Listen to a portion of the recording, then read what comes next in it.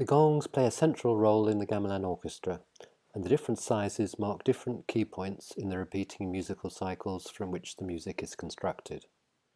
This is the smallest gong in our gamelan range, and the set includes a beater and a sturdy metal stand. This is the Drums for Schools 12-inch gong.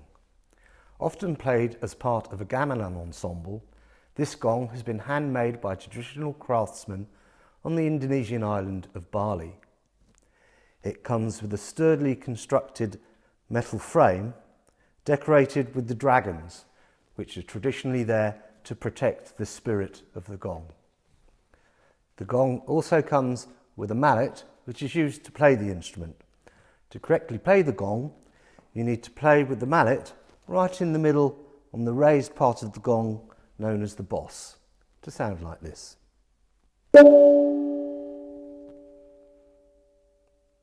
The 12-inch 30cm gong set, the smallest in our range. Made in Bali and includes the sturdy metal stand and beater.